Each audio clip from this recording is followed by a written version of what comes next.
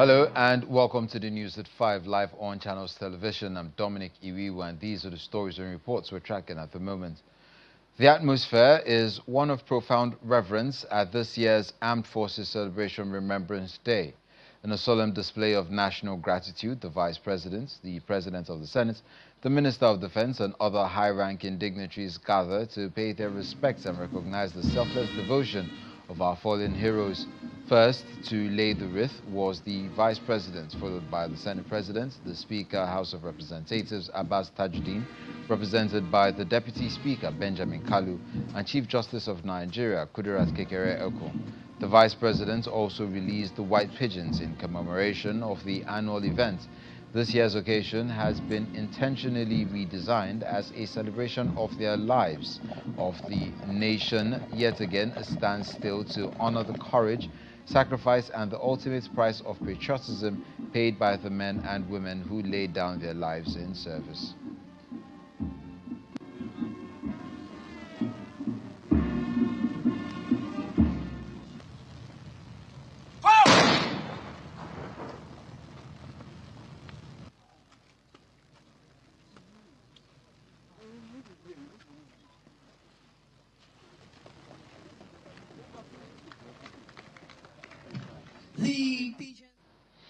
Bandits have attacked Kabe village in Borgo local government area of Niger State hours after Governor Umaru Bago paid a condolence visit to the Borgo Emirate Council over recent security challenges. The attack occurred around 10 p.m. when armed men on motorcycles stormed the community, looting food items and other valuables. During the invasion, a 75-year-old woman was killed. According to a community source, the source confirmed that no resident was abducted during the attack. The incident came shortly after the state government issued a 2-month ultimatum for residents of hamlets around Kanji Lake to vacate for resettlement as part of efforts to flush out criminal elements. Governor Bago announced the directive during his visit to the Emir of Borgo, while the Niger State Police Command says it is awaiting details on the attack. The president of the Academic Staff Union of Universities, Professor Chris Pinua, has welcomed the newly signed agreement with the federal government, praising Education Minister Dr. Tunji Alausa for facilitating the January salary increase for university lecturers. While describing the union as cautiously optimistic, Pinua said ASUU remains committed to the 2025 agreement and will be guided by its provisions. He spoke as a guest on our breakfast program, The Morning Brief. Since we signed this agreement in December last year, it may be too early for us to say trust has been addressed or that this government will do differently. But there are certain things that have taken place between December 2025, 23rd of December to be precise, 2025 to before the new year. The government, the Minister of Education, Dr. Tunji Alausa, on his own decided to pursue the circular that will make the increase in salary effective from January without our push. And that, I think, is to the credit of the government. We just know that there's an increase. It is not enough for us, but we are happy to start where we are. And we hope that in the next 3 years, when we come back, we'll be able to get more. We believe that we now have a 2025 agreement. All references will be made to the 2025 agreement. If there is sincerity on the part of government, then we have no problems at all. You know, our system will be stable. Everybody would be at work, students will be in school, there will be stability, and so we hope that they keep to it.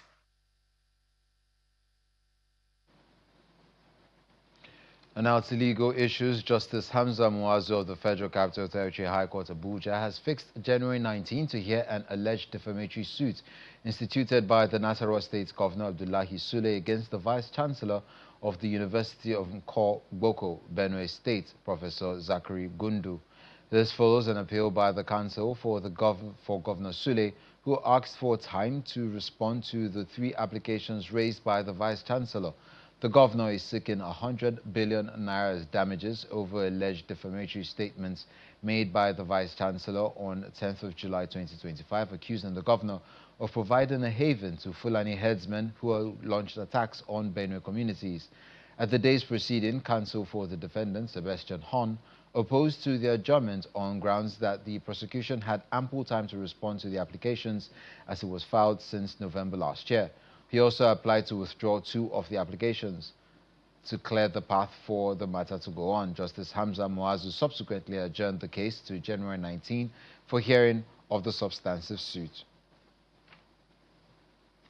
Staying in the legal system, Justice Chizoba Orji of the Federal Capital Territory High Court in Abuja has struck out the alleged defamation case against the senator representing Kogi Central, Natasha Akpoti-Uduaghan, filed by the federal government. Justice Orji struck out the suit following the application by the prosecution lawyer, Adironke Imana, to discontinue the suit. Counsel to Natasha West Idaosa, however, moved for the matter to be struck out following the prosecution's application for discontinuance. He also urged the court to release all documents belonging to the defendant and her sureties. The prosecution counsel did not oppose to the application made by the defense counsel for the matter to be struck out. In a short ruling, Justice Chizoba Orji struck out the suit and equally discharged the sureties. She also ordered that all their documents be returned to them. Now to politics. The All Progressives Congress in Adamawa State has continued its mobilization of party membership to reposition itself for effective implementation of the renewed hope agenda of the administration of President Bola Tinubu. The Director General of the Adamawa State APC Unity Forum, Mr. Abubakar Girie, stated this during the mobilization and sensitization exercise in Yola, the Adamawa State's capital. The forum also commended President Tinubu for embarking on programs and policies that have attracted more Nigerians into the party, thereby making it truly a national party. This exercise, holding in Yola, the Adamawa State capital, is part of efforts by the All Progressives Congress to mobilize existing and new party members for the party's ongoing e-registration exercise. APC Unity Forum in Adamawa State is calling on willing Nigerians to make use of the window of membership revalidation exercise to be part of shaping the future of the country. On behalf of the APC Unity Forum, we are thrilled to express heartfelt gratitude to Mr. President, His Excellency Bola Ahmed Tinubu GCFR, President and Commander-in-Chief of the Nigerian Armed Forces, and his cabinet for the remarkable achievement in Nigeria that make so many governors and leaders of other political parties to join our great party so that they will be part of the progressives.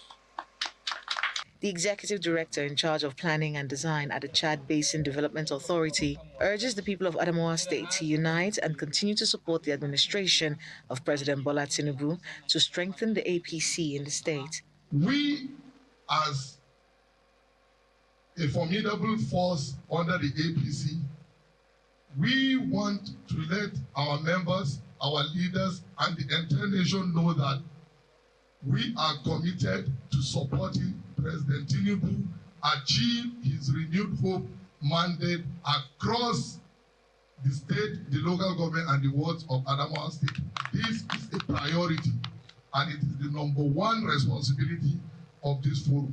Meanwhile, the party is expressing commitment to present credible candidates for the upcoming local government elections in the state. The Kingdom of Saudi Arabia has extended humanitarian support to orphans and vulnerable children in Kwara State, a gesture welcomed by the state's government as impactful and timely. The intervention, funded under the Orphan Support Project, focuses on empowerment beyond welfare. The Kingdom of Saudi Arabia is collaborating with the Kwara State government as part of efforts to make life easier for orphans in the state. The initiative, funded by the King Salman Humanitarian Aid and Relief Center of Saudi Arabia and implemented by Abubakar Al-Sadiq Philanthropic Home under the initiative's Orphan Support Project, was designed to address immediate needs while equipping beneficiaries with practical life skills for self-reliance. It is our sincere hope that this noble example will inspire other individuals, organizations, and stakeholders to emulate the spirit of giving by investing in humanity and uplifting the most vulnerable among us. Being without a guide is more or less like whoever comes first, whether good or bad. If bad people come now, they follow them, because these children also lack the basic means of livelihood. So whoever comes forward with food, they go with that person. Whatever the person does, they will do. So it's just a very simple analogy. And then we have lots of them. Of course, there are more of them in the north, and which is most likely why we have more of the insecurity issues there. Representing the Kwara State Government, the Commissioner for Social Development, Mariam Imam, expressed appreciation for the intervention, describing it as a model of meaningful humanitarian partnership. For your efforts align perfectly with the ministry mandate of child protection, youth empowerment, poverty reduction, and social inclusion. I wish to assure you that the ministry remains open and willing to collaborate with your organization in future programs such as skill acquisition, mentorship, psychosocial support, and sustainable empowerment initiatives. The project also delivered food items and payment of school fees to orphanages and beneficiary households. It's of a great nutritional value for our children, and it really goes a long way to feed our children. The state government also gave assurances of its readiness to collaborate with faith-based organizations, corporations and governments to empower the orphans and make life more meaningful for them. Now, the federal government of Nigeria, through the upstream regulator, the Nigerian Upstream Petroleum Regulatory Commission, NUPRC, have put up 50 oil and gas blocks for bidders in the 2025 oil licensing round held in Lagos, Nigeria's commercial capital. Speaking at what industry watchers refer to as the commercial side of things, the new commission chief executive of the NUPRC, Mrs. Orishemeyiwa Eyison, says the transparent process introduced is aimed at boosting Nigeria's oil and gas production. The consensus is fast building up. The interest in Nigeria's oil and gas industry is creating some interesting buzz across rooms, both in the country and internationally. The sheer number of captains of industry here, experts, bankers, regulators, and investors that have converged to participate in this session of the Nigeria 2025 licensing round pre-bid conference might just be a testament.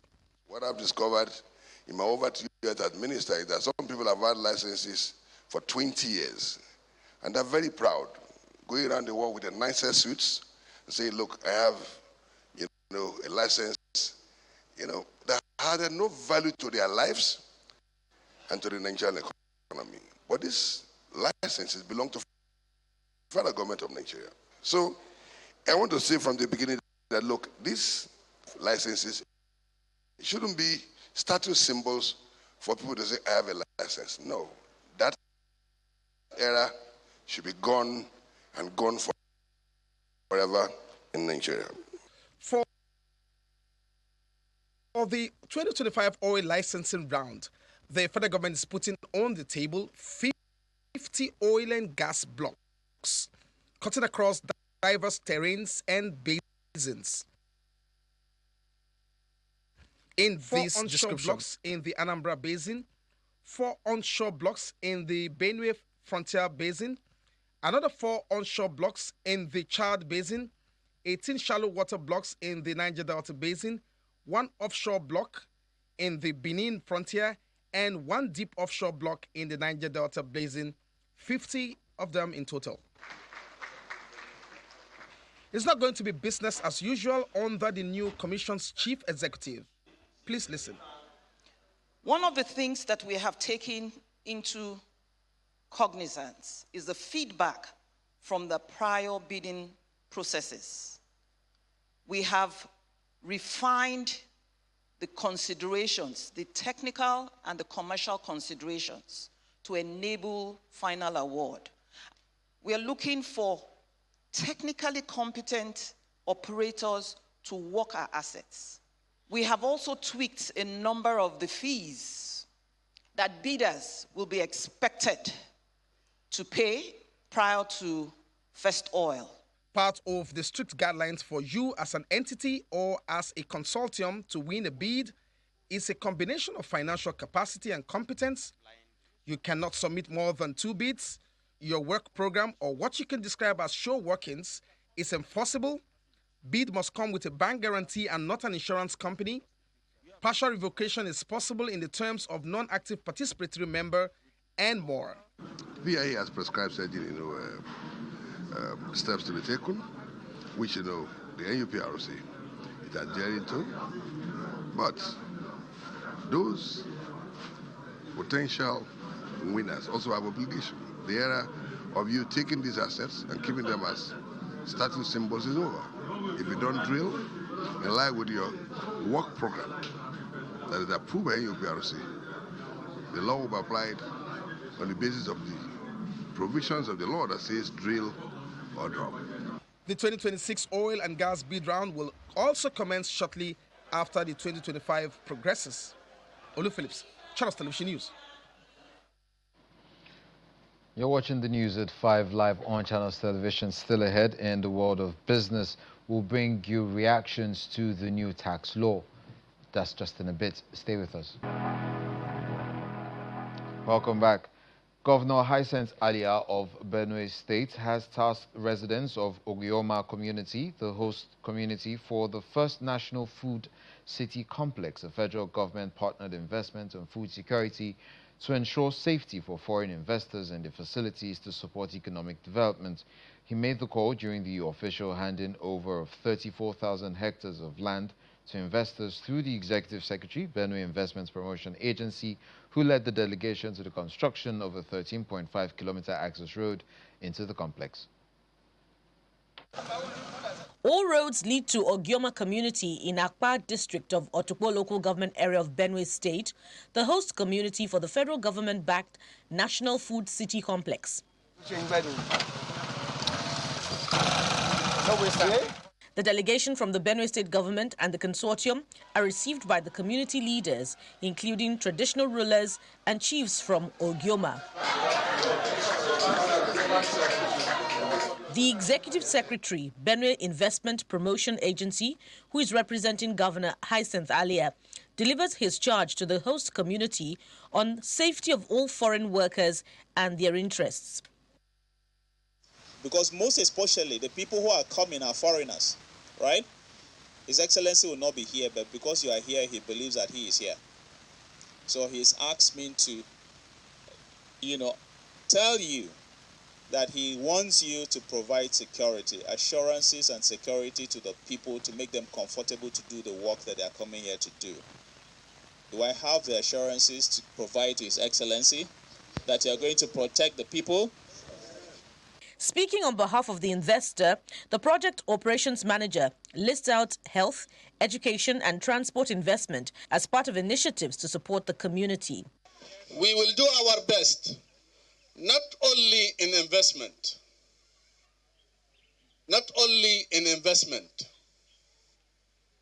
we will get together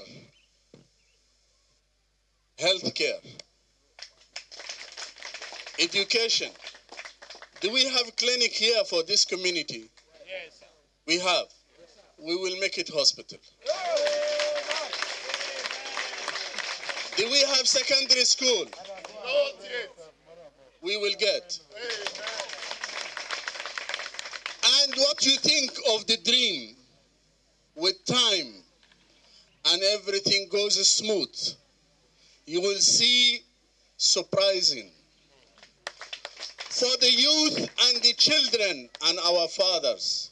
Expressing gratitude to Governor Alia for attracting the federal government-backed investment, the lawmaker representing Otukpo Akpa believes that the project will be of immense benefit to the people. This is echoed by the youth leader who provides assurances of safety. Here we are today, ground zero, to hand over this project officially to RGL, who, by the way, you have done tremendously well. Taking Benue State as your pilot project, it will succeed and the other 5 will take a cue from here. As a youth leader, I want on behalf of the youths, promise the government, promise the company that your security is safe. The land is safe. Your security here is very, very safe. Up next is the handover of the land title for the project site as the coordinator speaks on the volume of trade and job opportunities. The official handing over of the land to RGL, we are doing it right away. And the benefit to this community, first of all, the immediate community, the Joma community, is that it will create jobs. And immediately, there are 21,000 people, 1,000 able young men in security, and it will attract 20,000 jobs. And also the local farmers. The local farmers, their product, instead of taking their product out, the RGL will buy it and it will be used through mechanized process here. The pilot program for the National Food City Complex, which is selected to be sited in 6 states of the Federation, has taken root in Benue, with this ceremony coming ahead of the construction work.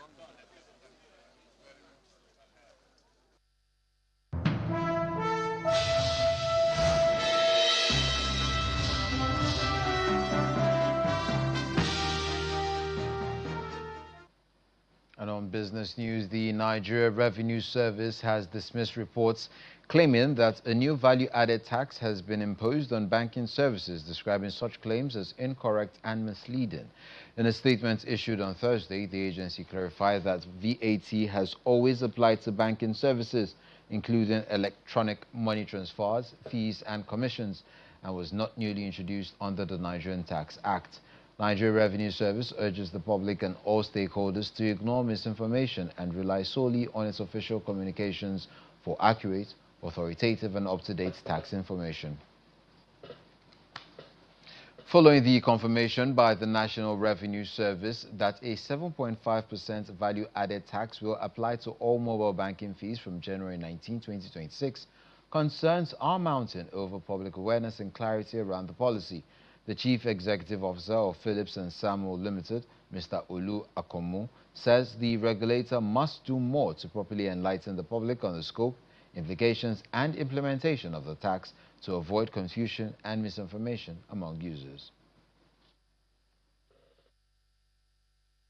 There is an apprehension, a potential misunderstanding that the 7.5% charge is on the principal amount that is being sent or received, and everyone is worried, oh, government is going to take 7.5% of what I sent. Not exactly. It is 0.075 multiplied by the bank charges, which you have done. So on a 10 naira, on transactions below 5,000 naira or thereabout, the additional VAT charge is 0.75 naira, which is less than 1 naira. So it's not like, oh, there's an earthquake that is happening. And if you send between 5,000 and 25,000, where the bank fee is 25 naira, 0.075 of 25 naira is going to be 1 naira 88 kobo. And on 6 naira 98 USSD is 0.075 by that, which will be maybe like 40 or 50 kobo. So in essence, I think we need to calm down with better communications by ecosystem players, regulators, and the financial system players to calm apprehensions down. And that's it on the news at 5 on Channels Television. I'm Dominic Iwi. Up next is The World Today.